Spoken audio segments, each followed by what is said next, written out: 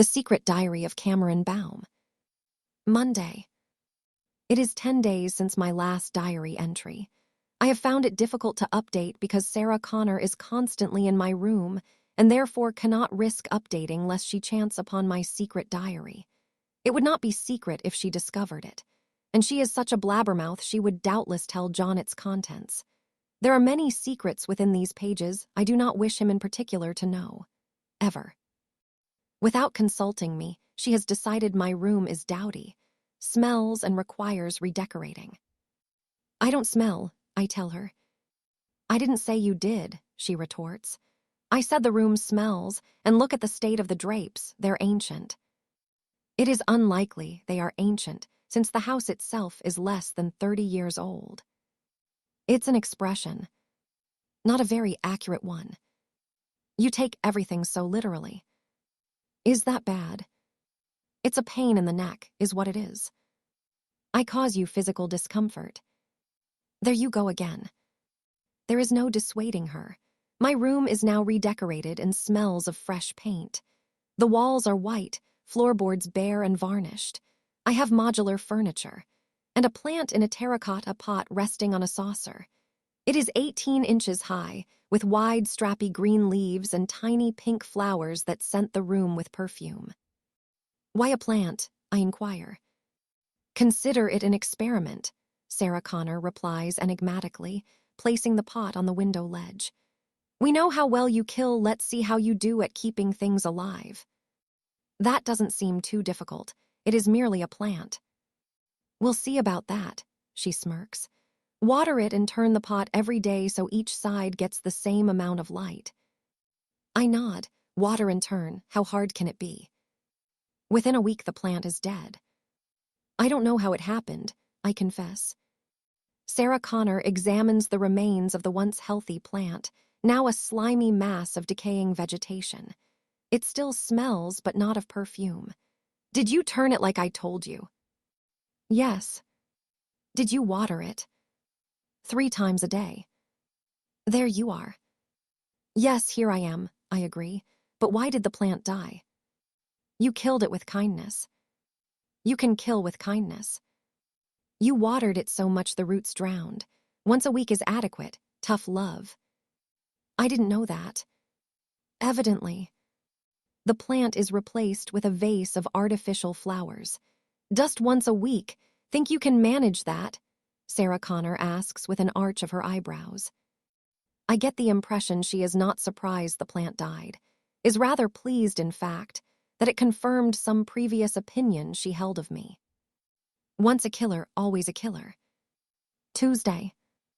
I am being followed. I am on night patrol, 3 blocks north of the safe house and less than a mile from the ocean. It is a warm, sultry night, and I am in a wide, prosperous street lined both sides with grass verges and mature trees. Property boundaries and hedges, shadowy carports and vehicles parked at the curb offer numerous places for concealment. My pursuer takes advantage of them all. Elusive, cunning, predatory. He, she, or it is a worthy adversary, it will be an honor to terminate them. I wait patiently in the lee of a large palm tree, its trunk thick and gnarled with age. A good spot for an ambush. Soft footsteps approach. My pursuer out in the open, vulnerable. I step suddenly out for the confrontation. Who are you? I demand. And why are you following me? Woof! Comes the reply form down near the ground, accompanied by a vigorously wagging tail. It is not the outcome I anticipated. My pursuer is a small dog with dirty, matted white fur. Normally dogs, animals of any description, shy away from my kind, instinctively able to sense we are less than human. Or more, depending on your point of view. This dog is different, apparently. Judging by its demeanor, it is not the least afraid of me. I tilt my head and regard it with curiosity. It does likewise and stares boldly back at me, not lacking for bravery or impudence either. I tilt my head the opposite way and it follows suit. I stand on one leg. The dog raises one paw off the ground, defiantly imitating my posture. Stop that, I command. Woof. I did not start it. Woof. Very well. On the count of 3, we will both lower our legs. 1, 2, 3. We both lower our legs. The dog wags its tail, perhaps sensing it has won a small victory. Perhaps it has, since it has wasted my time to no good purpose. I head home. The dog follows me, careful to keep 12 steps or so behind. If I stop, it stops.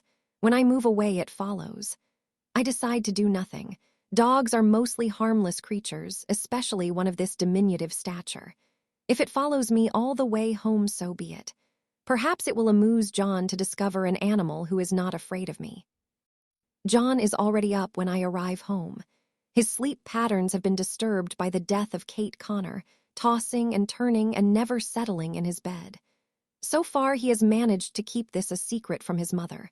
I will not tell on him. I am no snitch, but the dark circles under his eyes are beginning to tell their own story. "Hi," he greets me wearily, spreading fruit preserve on a slice of toast. "Everything okay?" "Nothing major to report." "You haven't seen the peanut butter anywhere, have you? Hey, who's your little friend?" I turn around. There in the doorway is the dog. "It is not my friend." It's a boy doggy, Cam, not in it. You're not in it, are you, fella?" "Woof." I tell John the circumstances of our meeting, while the dog rubs himself against his legs. To my chagrin, John laughs and says, "Did the big bad Terminator intimidate the brave little doggy-woggy?" Big bad Terminator, doggy-woggy. I thought animals were supposed to be afraid of you. Apparently there are exceptions.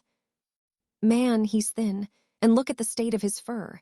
If he's got an owner, they're sure not looking after him very well. Man, I hate people like that. John feels around the neck area. No collar, and I don't think there's a tracking chip under his skin. Possibly a stray. I'll ask around, but if no one claims him, we'll have to take him to the pound. What is the pound? A place for abandoned dogs. I make a decision. No, I declare. I will care for him. Why? It will be another experiment. I explain about the plant in my room. Sarah Connor's look of smug satisfaction that I managed to kill it. I deserve a second chance. Cam, caring for a dog is a little different from looking after a pot plant, and evidently you didn't do that very well. I will not fail this time. Okay, I'll have to clear it with Mom, but I guess. Congratulations. You're the proud owner of your first pet. What do you want to name him? I give it some thought. Dog, I announce. To my surprise, John shakes his head. I think you can do better than that. White dog. No, but it's a step in the right direction. How about Snowy? Because he is white after all. So are Clouds and Milk. Why not Cloudy or Milky? Because they're dumb names. And there's a cartoon character named Tintin who had a dog named Snowy. And I am the Tin Miss. Pretty slick, huh? Is there a cartoon character named Kaltan Kaltan? Nope. Then Snowy it is. Wednesday. My first task in caring for the experiment named Snowy is cleaning him up. This is easier said than done. He seems to like his dirty, disheveled look, believing it makes him a badass. Not on my watch. Being filthy does not make you a badass, I inform him. Look at me. I am the ultimate badass and I am perfectly clean. You could eat your dinner off me. Woof. No, I am not suggesting you try. It is just an expression. You will find there are a great many human expressions, many of which make even less sense. Nonetheless, Snowy refuses point-blank to get in the shower and will only consent to get in the bath if I join him. From the superior expression on his face, I can tell he thinks this demand is a deal-breaker. He underestimates me. I call his bluff, strip off, and lift him into the bath with me. Woof. The water is not too cold. I thought you were supposed to be a badass. I use shampoo to wash his fur. The shampoo has jojoba oil extracts designed to make hair more shiny. Will it work on dogs or cause all his fur to fall out? Then he will be a baldess. I decide not to mention this possibility. The water we are sat in soon turns a deep shade of black as the accumulated muck is washed away. Snowy grumbles throughout, but I sense this is just for appearances. His little tail wags back and forth, a sure sign he is really secretly enjoying his bath time. There, all done. Please wait for me to get out so that I can towel you dry. But Snowy doesn't wait. He has his own method of drying off that involves shaking himself rapidly from side to side, causing water droplets to fly off in every direction. This wouldn't matter so much if Sarah Connor hadn't chosen this precise moment to open the door carrying fresh linen. She is soaked and reacts predictably by cursing and aiming a kick at Snowy's nether regions. He yelps and runs from the room. Damn dog, these sheets are ruined. I'll have to do another load. She notices me sitting naked in a tub full of jet black water. Oil leak, she smirks. This is inaccurate, and not the least amusing. I find Snowy cowering under my bed. It takes several minutes to coax him out. Some badass. Sarah Connor doesn't hate you, I reassure him. She is mean to everyone. It is just her way, and her bark is much worse than her bite. Oh, did you hear that? I made a joke. You are a dog, and I said her. Snowy places his head on the floor and raises his front paws to cover his ears. Everyone's a critic. Teaching Snowy to use human toilet facilities proves a disaster. He finds it difficult to balance above the bowl, and when he topples into the water, soaking his hindquarters, he flees from the stall and refuses to return.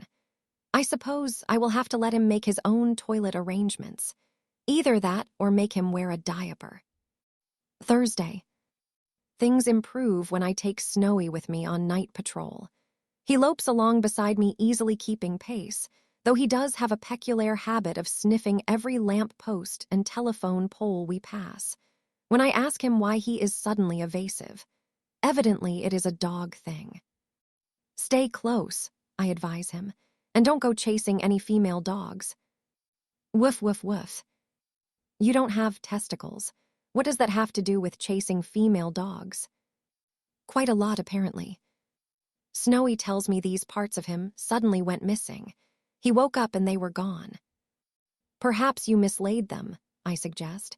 Have you checked behind the sofa cushions? Humans often lose things there. Woof. Is it possible? I will ask John when we get home. The rest of the patrol is uneventful, and we arrive home just after 6 in the morning. Snowy is weary, and after consuming a bowl of breakfast kibbles, heads up to my room, where he will spend the rest of the morning asleep on my bed. John comes downstairs at 6:30. He is still not sleeping well. He fixes himself coffee and cereal. I decide to broach the topic of Snowy's missing testicles. When he has stopped laughing, I ask again. When he has stopped laughing, I ask a third time, adding, "It is possible he lost them behind a sofa cushion. I told him I would ask you." This time John's laughter ends in a coughing fit. "Cam, please stop," he gasps.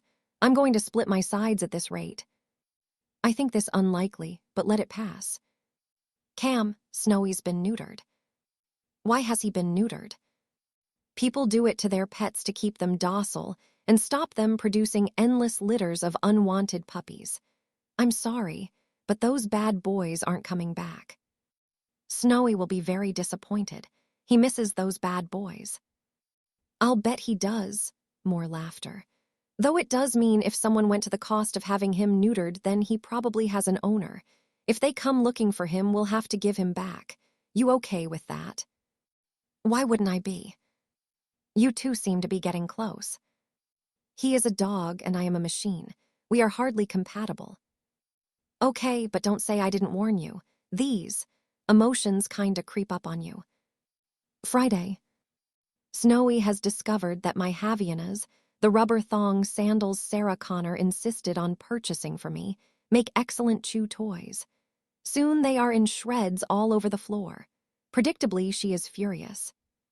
"Look at the mess he's made. You bad dog," she scolds as Snowy races away, tail tucked protectively between his legs. "They're completely ruined," she states, putting the remnants in the trash. "Bummer," I lie. She turns her anger on me. "Why didn't you stop him?" "He was too quick for me." Another lie. "Ha, I think you wanted him to do it. You never liked those shoes. Busted. She saw right through my clever subterfuge. I'll just have to buy you some more pairs. Bummer, I repeat truthfully this time. Snowy has many odd habits to go with his curious need to sniff every post and pole. He finds it almost impossible to pass a patch of dirt without rolling over and over on it first. This necessitates frequent baths, all of which he insists I share with him. Stick him in the washing machine and turn it on cold cycle, Sarah Connor suggests. That'll teach him. I think she is joking. It is always hard to tell with her. Another bath, John asks, catching us together in the tub. Man, even without doodads, he's getting more action than me. I do not know what this means, nor does Snowy. John can be very cryptic sometimes. Sunday. It is now late August, and while the weather continues hot and sunny, fall is just a few weeks away. And that means a return to high school for John and I, this time posing as boyfriend and girlfriend. Can't hardly wait. John, I discover, is not so keen. Don't you want to graduate? I ask. Sure, but not at the expense of more lives lost. Remember our last 2 high schools. They were not your fault. No, but I couldn't prevent them. 2 teenagers dead. The girl, Alexis, if she'd just stayed with Becca and me, she would have survived, I'm sure of it. Alexis never was very bright.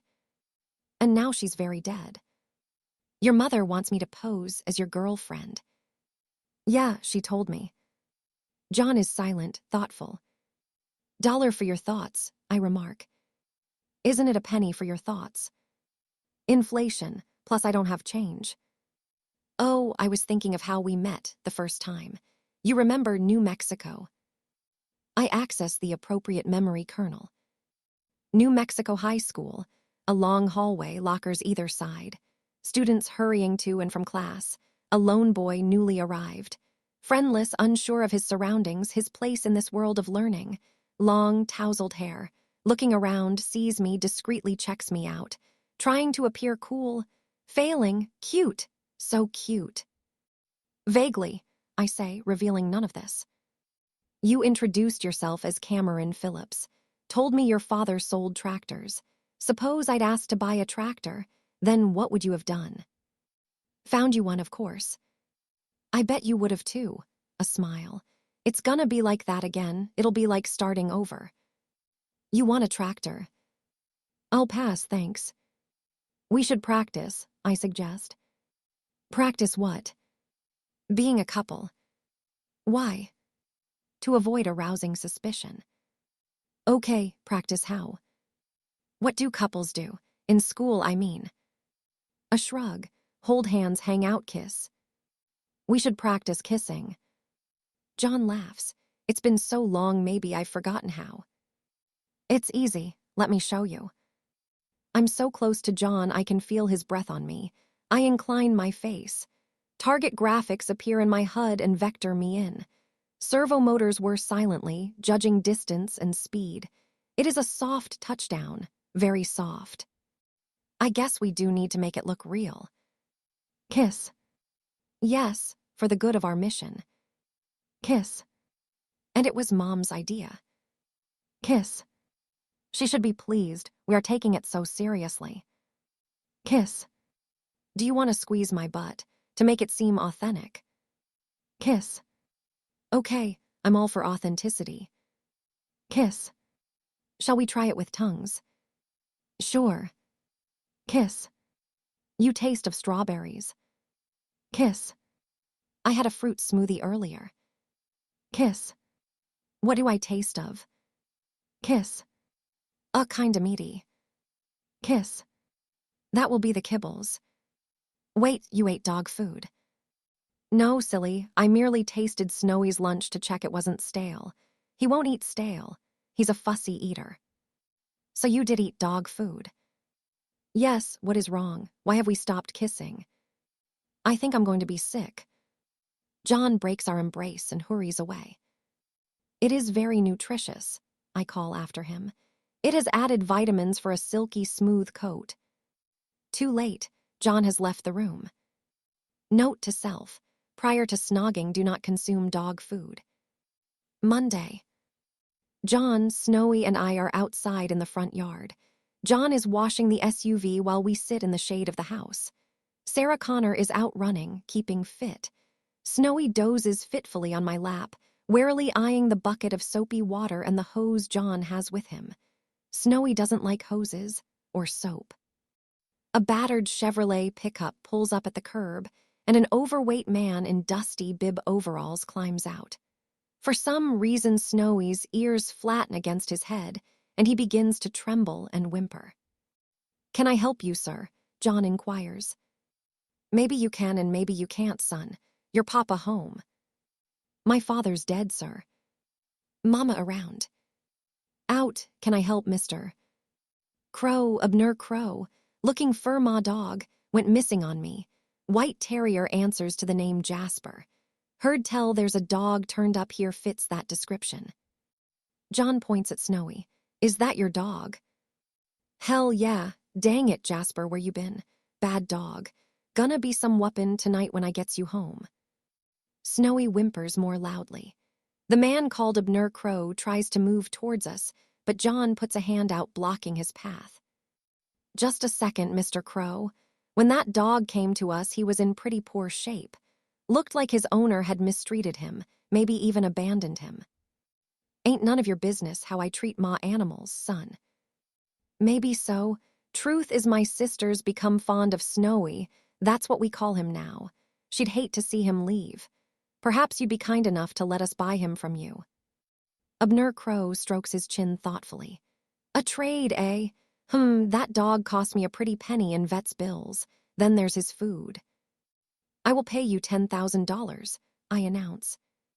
Abner Crow turns towards me, his piggy eyes narrowing suspiciously. His tongue emerges to moisten thin lips. The stubble on his jowly chin is more gray than black. He is aging, and not very well at that. $10,000, you say? My, you have taken a shine to my Jasper, ain't you, girly? I go inside the house, write a check for the agreed amount and hand it to him. How do I this isn't some practical joke you kids have concocted to deprive me of ma dog. I try and cash this and it bounces. Ain't that the truth of it? No joke, sir, John tells him. Seems a fair profit on an animal you don't seem to much care for. Abner Crow nods. Aye, it's that and then some. Goodbye, Jasper, and good riddance. A more disobedient dog I never did see. Deserved all his whuppings, and he had a few, I can tell you. Discipline, that's the stuff. Gotta keep 'em in line, show 'em who's boss. He is almost back to his pickup when John says, some friendly advice. Don't go getting any more animals you don't know how to take proper care of. You telling me what to do, boy? No, I'm telling you what not to do. The older man nods, seeming to take John's advice at face value. Then his features contort with anger and he swings a punch. You mouthy sumbitch. John sways out of the way of the flailing fists, steps in and grabs Abner Crow in a lead lock. Be smart for once in your life. Take the money and leave. You assaulted me, boy. You're starring at some serious county stir. I smell alcohol on your breath, and I don't see a designated driver. Go ahead, call the cops. Maybe we'll get adjacent cells.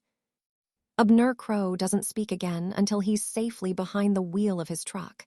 You dang kids, he yells. Ain't got no respect for your elders and betters. It is possible he thinks he is referring to himself. Snowy is still trembling when Sarah Connor arrives home from her run. What's wrong with him? She asks as she warms down. John explains. Her face tightens when she hears the whuppings mentioned. She approaches Snowy, and for a moment I think she about to scold him.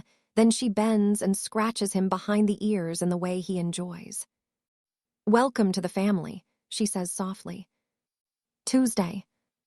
Snowy is a big hit with Gerald and Allie's, who make a huge fuss over him and cause his little tail to wag so fast it is almost a blur.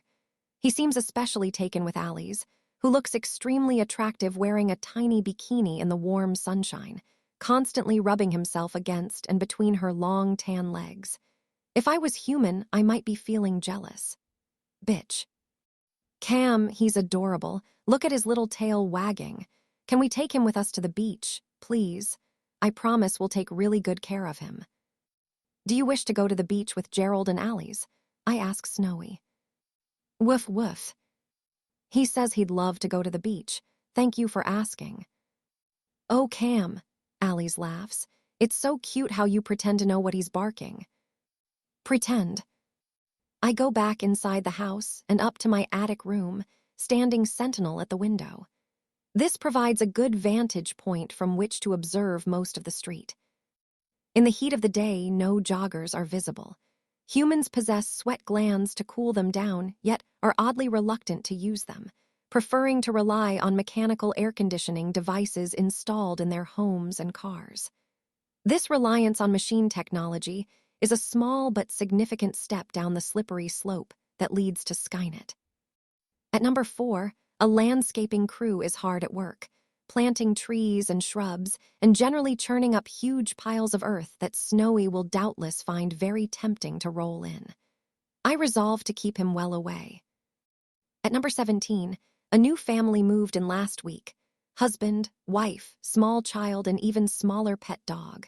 A small terrier dog. A small female terrier dog. So far, Snowy is pretending not to notice her arrival. John says he is playing it cool. However, Snowy is spending more time than normal in the front yard where he preens, cavorts, and generally shows off.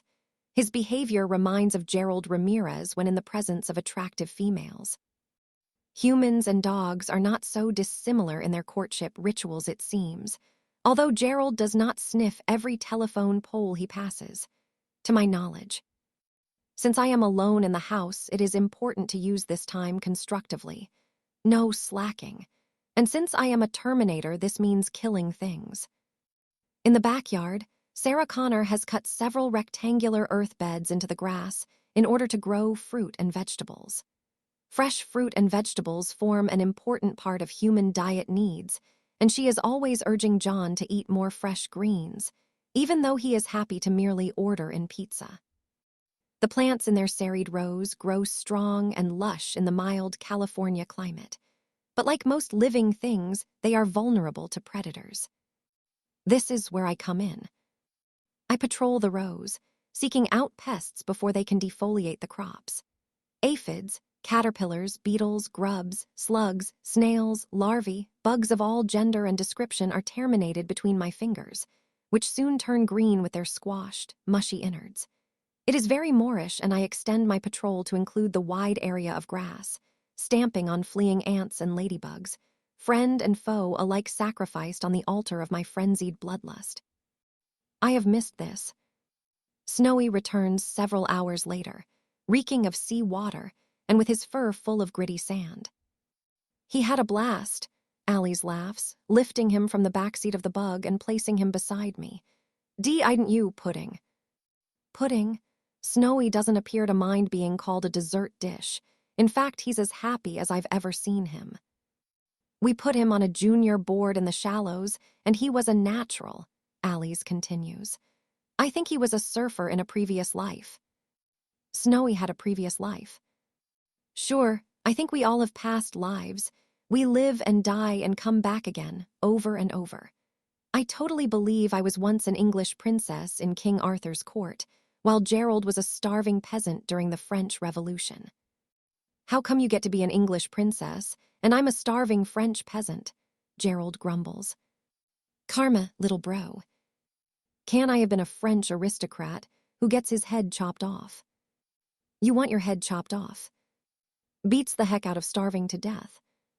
What do you think you were in a previous life, Cam? A lump of metal. Oh, Cam, Allie's laughs. You're such a comedian. Comedian. The state of Snowy's fur makes a bath imperative, and of course he insists I join him, plus law change. Once we are situated in the warm water, Snowy is very talkative, reciting his adventures at the beach so that his excited barks echo off the tiled surrounds. The surfers all made a fuss of him. He ate ice cream, which he liked despite it not tasting like kibbles. He discovered sand is very easy to burrow in. So I see, your coat is covered in sand. Woof woof. No, Allie's will not be bathing with us. She has her own washing facilities. We could invite John to join us if you wish. Snowy raises his right paw and bashfully covers his eyes. Oh, now you're shy. The sand washes out easily enough and turns the water a light shade of brown, not black. An improvement of sorts. So you enjoyed your day with Gerald and Allie's. Woof. Would you prefer to live with them and be called Pudding? An emphatic shake of the head. Are you sure? I will understand if you do. Allie's is very beautiful, and she is human, something I can never be no matter how hard I try. Snowy stares at me, then lowers his head and rubs his snout gently against my thigh. I believe he is trying to comfort me. So tired is Snowy after his beach excursion that he can barely summon the energy to climb the stairs. Instead, I carry him up to the attic room, cradled in my arms, and place him on the bed, where he promptly falls asleep, his little hind legs tucked under his chin. Downstairs, John and his mother are seated at the kitchen table eating a late dinner. I join them.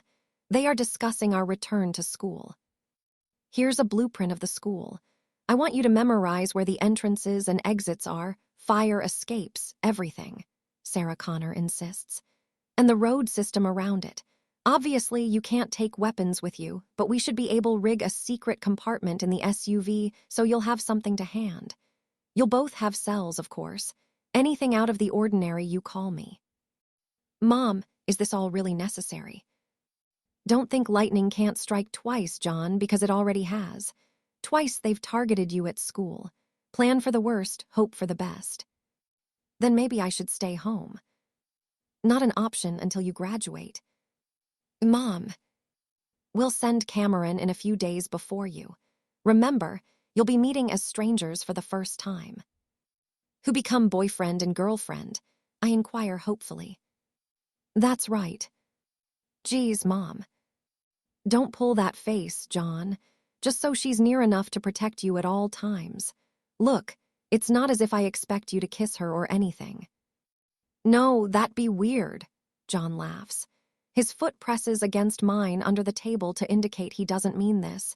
He is faking it for his mother's benefit. Really weird, I add, joining in, especially if one of us ate dog food. Whoops. What? Sarah Connor frowns. What's dog food got to do with it? We'll manage, Mom, John says hurriedly. Don't worry.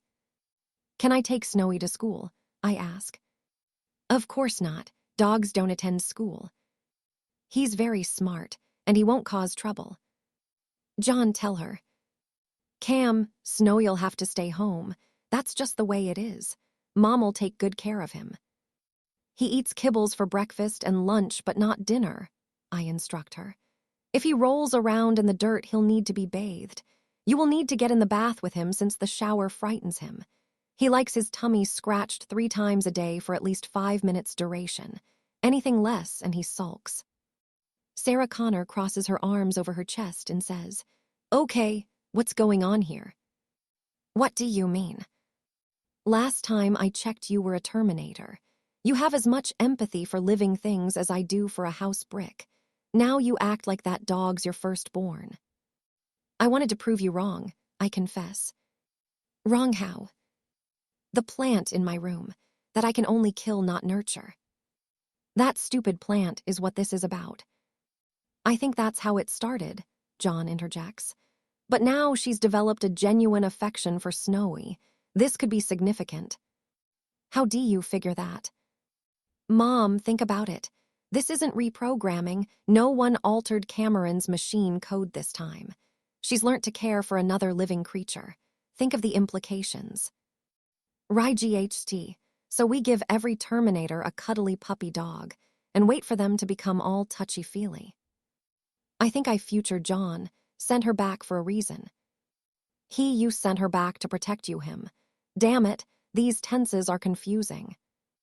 Any Terminator could have been reprogrammed to do that. There may be a deeper reason why I chose Cameron. Beyond the obvious physical appeal for a teenage boy. You think future me is that shallow? I think it's because Cameron is capable of change, of evolution. Perhaps this is just the start. Sarah Connor sighs dramatically. Okay, run it by me again. Snowy has kibbles for breakfast and dinner. Kibbles for breakfast and lunch, not dinner, I correct. And only wash him with jojoba shampoo. He doesn't like the citrus ones. He complains it is like being washed in lemonade. I smile. I think this is a doggy joke. You seriously expect me to bathe with a dog? He hardly ever urinates in the water, I assure her. Oh well, that's a clincher. Yet for all Sarah Connor's hostility and gruff manner, I do not sense she bears Snowy any ill will. Quite the opposite, she is secretly rather fond of him. Humans sometimes cloak their true emotions, hide their real feelings with bluster and bravado. I believe Snowy will be safe with her. It seems strange to be discussing the care of another living creature and not plotting its termination with extreme prejudice, which is my usual MO after all. Possibly John's hypothesis is correct. Maybe I am changing, evolving. If so, evolving into what? And will I still be me at the end?